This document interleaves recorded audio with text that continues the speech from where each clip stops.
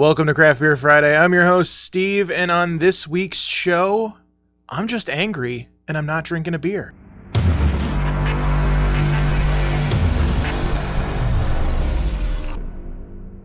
This year, March 29th, marked the unofficial launch of summer, and if you are a craft beer fan in the state of Michigan, you would have known that this year, March 29th, was Oberon Day. We got a lot going on in March, so it was kind of missed over. Usually Bell's does a party for the release of the beer every year, and there's fanfare, and everyone loves the beer. I had one this week. Can right here. I can't remember the last time I've had one, honestly. It's not good.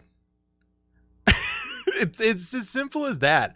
I tasted it and I'm like, and I asked my wife, Carly, and I was like, is this good anymore? Like, do you remember this being, I remember this being good. I remember having to go to stores and going to multiple stores to try to find it because it was like a limited release, and now it's everywhere. You can't get away from Oberon if you go to a store in Michigan. And it was even funnier as I'm doing my rant and complaining about it this morning in the car on the way home from dropping our kids off at daycare. This big old beer distribution truck drives by and it's got a big old Oberon logo plastered on the side of it. And Carly's like, well, that kind of sums up right there why, you know, it's just not good. It's just mass produced. It's just a mediocre American wheat beer. And, you know, this beer has been around, and I was like scrolling through Bell's website. This beer's been around since 1992. Like, it used to be a different name. It used to be called Soul Sun, but they had a dispute with a Mexican brewery, so they changed it to Oberon because Larry Bell actually played Oberon, the King of the Fairies, in his 6th grade production of Shakespeare's A Midnight's Dream. A Midsummer Night's Dream. Say that 3 times fast. You know, so it's got a cool story or whatever, but it's just like, I had it and I'm just like, this just tastes like mass-produced crap now. And like, it drove me to the point where one of my friends drove me. She came up from Georgia and she brought beer from Atlanta for me out of the kindness of her heart because she's awesome.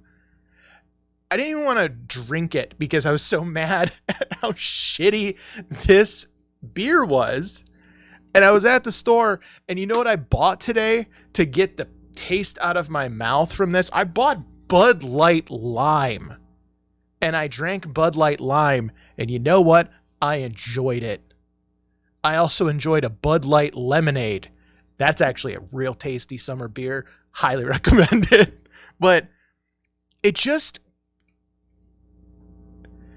these beers are so widely consumed now that they're starting to lose their character. And like, this beer is everywhere. You can't go into a store and not find it. Like, I had less trouble finding Oberon than I had finding Bud Light Lemonade. This is the lime, but it came in a 3 flavor pack. There was less of this on the shelf than there was this. I don't want that. And also too, like with KBS every year, more and more, I see that beer on the shelf longer and longer and longer. I've bought it the last few years. It's been getting worse and worse and worse because it's just becoming mass-produced beer. And that's not what I want anymore. So that's my rant for this week. Have a great 4th of July weekend. Be safe. Wear a goddamn mask. If you go to craftbeerfriday.com, I have masks.